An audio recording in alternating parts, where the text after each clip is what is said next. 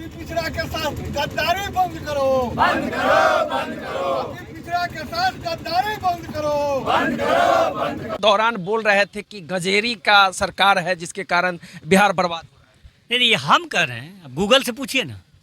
Google भी बता रहे हाँ, बिल्कुल बताएगा। और सबसे बड़ा बेशर्म मुख्यमंत्री हम थोड़े कर रहे हैं, वो जिनके साथ गए उनका बच्चा बोला। यूट्यूब पे सर्च मारिए, अशोक अलवेला नहीं बोल रहा, उसके भाषा को हमने रिपीट किया। एफएम में काम करते हैं, रेडियो एफएम, कोई किसी एफएम में काम करते हैं। हम राजदेवी एफएम नेपाल से एक चलती है, उस रेडियो स्टेशन का मैं रेडियो जॉकी हूँ।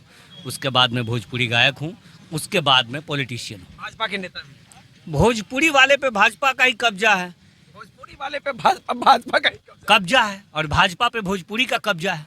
देख लीजिए कैसे। रवि किशन भाजपा, मनोज तिवारी भाजपा, दिनेश लाल यादव भाजपा, पवन सिंह भाजपा, पांचवा आपके सामने। भाजपा आपके सामने है।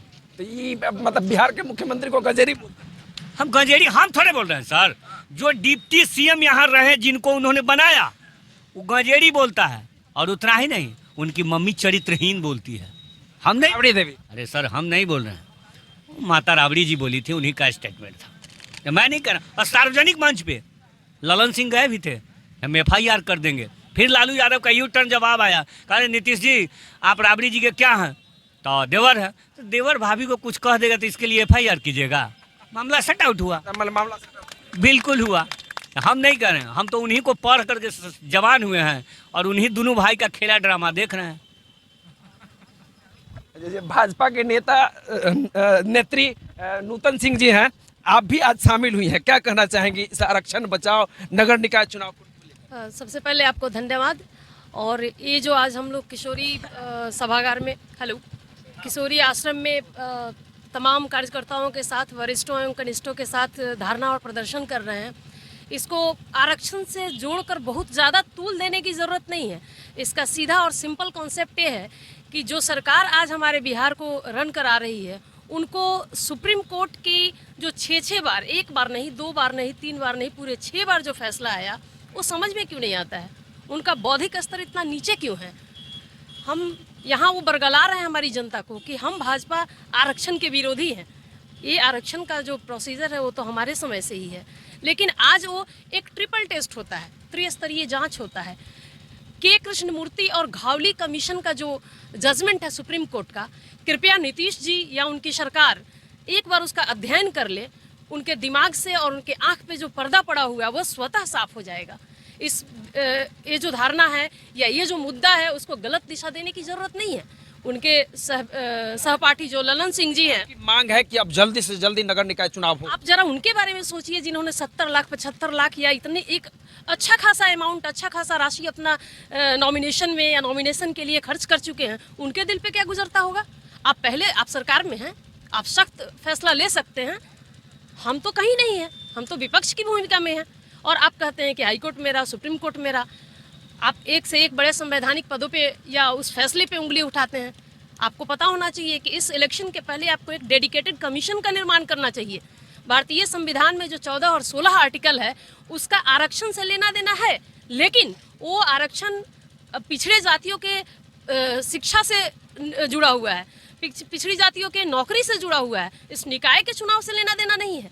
सबसे पहले आपको किसी भी मुद्दे पे क्लियर कट और क्रिस्टल क्लियर नॉलेज होना चाहिए, उसके बाद आप किसी भी तरह का वक्तव्य दीजिए। और जहाँ तक सवाल है ललन जी का, हमारे प्रधानमंत्री के ऊपर अनाप शनाप जो बोल रहे हैं, वो उनकी भाषाई असभ्यता, उनके परवरिश का निशानी है। वो दिखाता है कि आप कैसे परिवेश में पले हैं, बढ़े हैं और आपकी परवरिश हुई है। सुचिता की राजनीति करना सीखिए, भाषाई सभ्यता होनी चाहिए आप में। मैं यही कहना चाहती हूँ कि ये मुद्दा जो इतने दिनों तक बढ़ाया जा रहा है, अब बताइए इसका 2 ही चीज़ है, या तो आप ट्रिपल लेयर टेस्ट करवाइए, ट्रिपल टेस्ट करवाइए, और नहीं तो तुरंत चुनाव करवाइए। और इतने कम समय में ट्रिपल टेस्ट करवाना पॉसिबल नहीं है।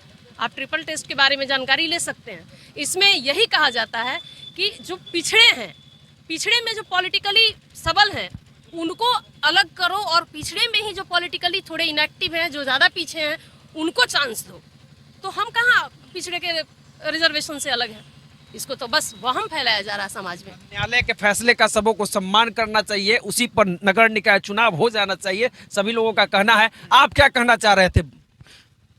ये बताइए पत्रकार महोदय, आपने जो है कि शुरू में कहा है कि एक तरफ जहां नीतीश कुमार और आरजेडी दोनों जो है कि आरक्षण को लेकर सड़क पर है, वहीं भाजपा भी सड़क पर उतर रही है। मैं आपसे पूछना चाहता हूं कि क्या जो जिस घर में रहता है उस घर में वो खुद सलाई मारेगा? नहीं मारेगा। तो फिर जिन लोगों को सलाई, सब पार्टी जब सड़के पर है तो कहीं से न कहीं से न्यायालय के फैसले का सम्मान करे। देखिए, जिस समय भारतीय जनता पार्टी और नीतीश कुमार दोनों आदमी मिलकर जो है कि बिहार में सरकार बनाए, उसी समय आरक्षण जो है कि लागू हुआ। और उसके बाद जब तक ये 15 वर्षों तक लगभग ये भाजपा के साथ जो है कि शासन चलाए हैं, तब तक जो है कि आपका मतलब कि ये आरक्षण लागू रहा है। लेकिन जो जैसा अन्न खाएगा वो ऐसा ही बन जाएगा। यही वजह है कि अब तो गए कहीं और, तो वहाँ पर जाके अब वातावरण बदला, अब तो उधर के हैंडल के अनुसार इनको नाचना है। यही वजह है कि आज जो है ना, ये आरक्षण जो है कि पिछड़ों का ख़त्म किया गया है। आपको मालूम होना चाहिए कि जो प्रधानमंत्री जी जो आज जो भाजपा जिनके हाथों में है, वो खुद अति पिछड़ा समाज से आते हैं, वो भला क्यों आरक्षण खत्म करेंगे? इसलिए ये जो माने जो आरजेडी और जदयू सहित जितनी भी पार्टियां, वो सारे के सारे जो आज इल्जाम लगा रहे हैं भारतीय जनता पार्टी आरक्षण खत्म किया, ये सारे के सारे गलत है और इसकी जितनी भी भर्त्सना की जाए वो बहुत कम है।